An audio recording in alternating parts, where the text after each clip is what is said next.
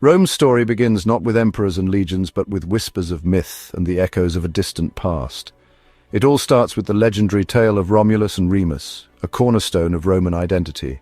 These were twins abandoned, left to face the harsh realities of the wild. But fate intervened, and they were saved by a she-wolf, a symbol of the untamed spirit that would come to define Rome. They were destined to not just survive, but to found a city that would shape the world. Their tale, whether a pure myth or a distorted memory of actual events, powerfully reflects Rome's indomitable spirit, a spirit born from hardship, forged in the face of adversity, and ultimately shaped by resilience. This spirit set them on an unwavering path to greatness, a destiny they seemed almost preordained to fulfill.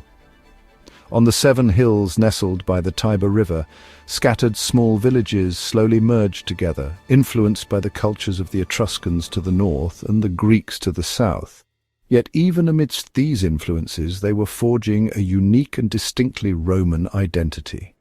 In these early days, the Romans were primarily farmers and shepherds, deeply connected to the land, bound together by strong traditions and a fierce sense of community, where everyone had a role to play. The first Roman government was structured as a monarchy, with kings at its helm, with legendary figures like Romulus himself laying the essential groundwork for both civic administration and military organization. They began to build temples to honor their gods, erected protective walls, and established the first Senate, slowly transforming simple huts into a burgeoning city. Life in early Rome revolved around the core tenets of family, reverence for the gods, and a deep connection to the land. A life that was simple, perhaps, but rich with the enduring values of duty, respect for tradition, and unwavering determination. These fundamental foundations inspired the early Romans to believe wholeheartedly in their destiny, in the grand future that awaited them. This belief fueled their remarkable rise from a humble and relatively insignificant settlement to a powerful city-state, brimming with grand ambitions and a vision for the future.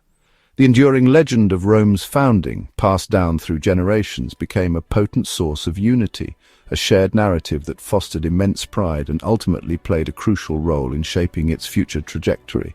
From these seemingly modest beginnings, Rome would eventually grow to command the entire Mediterranean Sea, projecting its power across vast distances and leave an indelible mark on the course of history, a legacy that continues to resonate even today. The monarchy, with its singular rule, gave way to the Republic, a pivotal moment in Roman history. This transition marked a fundamental shift in governance, moving away from the concentration of power in one individual. It was a bold experiment in shared power and civic duty, where citizens were expected to participate actively in the affairs of state. This new system aimed to distribute authority and prevent the rise of another autocratic ruler. Power shifted to elected magistrates, officials chosen by the citizens to administer the law and oversee the daily functions of the government. These magistrates were accountable to the people and served for limited terms. And the Senate, a council of elder statesmen who advised the magistrates and played a crucial role in shaping policy. The Senate's wisdom and experience were considered essential to the stability of the Republic. At the apex of this structure were 2 consuls, serving brief terms to prevent tyranny and ensure no single individual could amass unchecked power. This system of dual leadership was designed to create checks and balances within the government. This careful distribution of power was intended to prevent tyranny and safeguard the liberties of Roman citizens. The rule of law became a cornerstone of the Republic, ensuring fairness and justice for all. The Republic's growth was driven by disciplined armies, renowned for their skill, organization, and unwavering loyalty. These legions were the engine of Roman expansion, conquering new territories and securing the Republic's borders. This growth was further fueled by a policy of integrating conquered peoples, offering them citizenship and a stake in the Republic's success. This shrewd strategy transformed potential enemies into loyal subjects. This policy was instrumental in turning enemies into allies, strengthening Rome's position and expanding its influence throughout the Italian peninsula and beyond. Rome's greatest test came in the Punic Wars, a series of epic conflicts against the powerful Carthaginian Empire. These wars would determine the fate of the Mediterranean world. These wars pitted Rome against Carthage, a formidable maritime power that controlled vast territories across North Africa and the Mediterranean. The Republic faced its most daunting challenge when Hannibal, the brilliant Carthaginian general, launched his audacious invasion of Italy. Despite devastating losses on the battlefield, including the infamous Battle of Cannae, the Romans refused to surrender. Roman resilience, strategic alliances, and unwavering determination ultimately led to victory against Carthage, securing Rome's dominance. This triumph established Rome as the dominant Mediterranean power, paving the way for its future expansion and imperial ambitions. Expansion brought immense wealth and exposure to new ideas, transforming Roman society and culture. However, this prosperity also exacerbated existing social tensions, creating a widening gap between the wealthy elite and the impoverished masses. These growing disparities created significant challenges for the Republic's institutions, which struggled to adapt to the changing social and economic landscape. The rise of powerful generals commanding loyal armies, coupled with growing inequality, further destabilized the Republic. These factors strained the system to its breaking point, undermining the foundations of the Republic. This created a volatile environment, setting the stage for internal conflict and ultimately the Republic's demise. Ironically, the Republic's very success created problems it couldn't solve, leading to its eventual downfall. The culmination of these tensions resulted in a series of devastating civil wars, tearing the Republic apart. These conflicts marked the end of the old order, ushering in a new era of Roman history. Rome's transformation from a city-state to a vast empire was a complex and tumultuous process. This journey was marked by ambition, adaptability, and a relentless drive for power and expansion. The Republic's legacy, with its emphasis on law, citizenship, and civic virtue, would profoundly shape the empire to come. However, the era of the Republic, with its ideals and institutions, was drawing to a close, replaced by a new form of government. The seeds of change, sown in the Republic's triumphs and failures, were about to sprout. These seeds were nurtured in the very victories that made Rome great, victories that also exposed the Republic's inherent weaknesses. As the Republic faltered under the weight of its own success and internal contradictions, new leaders, driven by ambition and a vision for Rome's future, would emerge to reshape its destiny. The stage was set for the rise of emperors, marking a decisive turning point in Roman history and the beginning of a new imperial age.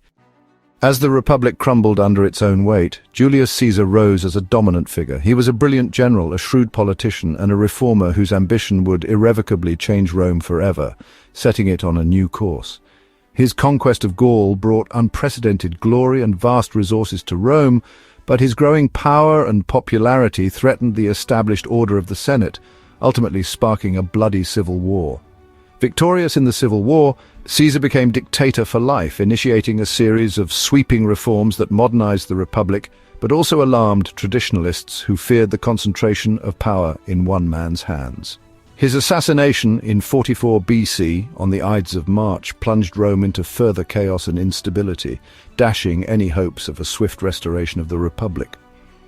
Out of this turmoil, Octavian, Caesar's adopted heir, emerged as a masterful politician and military leader, skillfully defeating his rivals, including Mark Antony and Cleopatra, in the decisive Battle of Actium.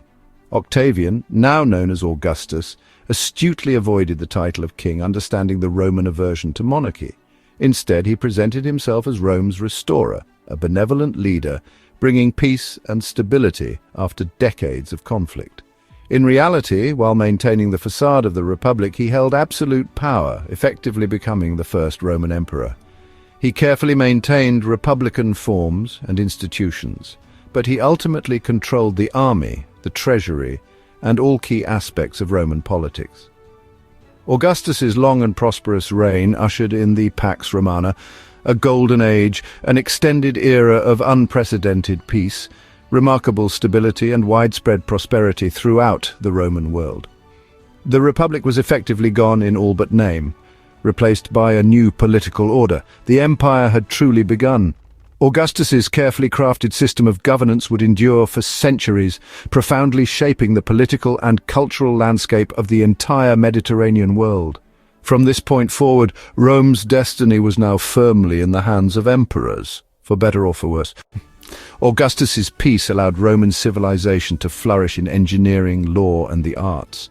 Romans built vast roads and aqueducts, connecting the empire and improving daily life.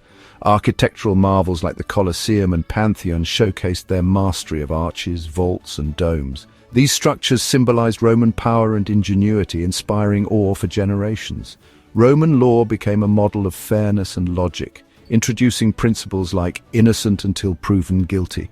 Their legal codes unified the empire and influenced future societies. In art, Romans blended Greek traditions with their own, excelling in realistic sculpture and vibrant frescoes. Literature thrived with poets like Virgil and historians like Livy, shaping Rome's cultural identity. The empire's achievements in building, law, and culture left a legacy that endures today. Roman innovation set new standards for civilization. The Roman Empire's strength lay in its remarkable diversity, a true testament to its power. Spanning cultures all the way from Britain to the ancient lands of Egypt, Rome wisely allowed local customs and religions to flourish, demanding only unwavering loyalty and, of course, taxes in return for protection. Citizenship, once a highly exclusive privilege, expanded gradually to include people across all the provinces, fostering a sense of unity and opportunity for all. By the year 212 AD, nearly all free inhabitants within the empire were granted citizenship, creating a strong shared Roman identity. Latin and Roman administration effectively unified the West, while Greek remained a common language in the East. Provinces were carefully governed by appointed Roman officials, ensuring a lasting order and overall stability. Cities rapidly became important centers of trade, culture, and widespread Romanization, spreading Roman ways of life far and wide across the empire. Urban life offered a captivating taste of Rome to millions of people, skillfully blending local and imperial traditions together. Through careful integration and cultural adaptation, Rome forged a truly cohesive and multicultural empire. This remarkable unity was absolutely key to Rome's enduring influence on the world. No empire lasts forever. Rome's decline was gradual, shaped by internal strife and external threats. Defending vast borders drained resources, while political instability and civil wars weakened the state. Economic troubles, inflation, and frequent changes of emperor eroded central authority. Diocletian split the empire in two, hoping to manage its size. Constantine later founded Constantinople as a new eastern capital. The Western Empire crumbled under pressure from migrating and invading groups. In 476 AD, the last Western emperor was deposed, a symbolic end as Roman power had already faded. Yet, Roman culture, law, and language lived on in the new kingdoms that emerged. The Eastern Empire, Byzantium, would endure for centuries more. Rome's fall was a transformation, not an extinction. Its legacy continued to shape Europe and beyond. Rome's legacy is everywhere, in our laws, languages, cities, and ideas of citizenship. The concept of a republic, written legal codes, and equality before the law all trace back to Rome. Latin evolved into the Romance languages, and even English is filled with Roman words. Roman engineering and architecture set standards still admired today. City planning, public spaces, and infrastructure reflect Roman influence. Rome's story is one of ambition, innovation, and unity across cultures. Its achievements remind us of humanity's potential to build, adapt, and endure. The empire may have fallen, but its spirit lives on in our world. Rome's journey is a timeless inspiration, a bridge from the ancient past to our shared present. In many ways, the story of Rome is the story of us all.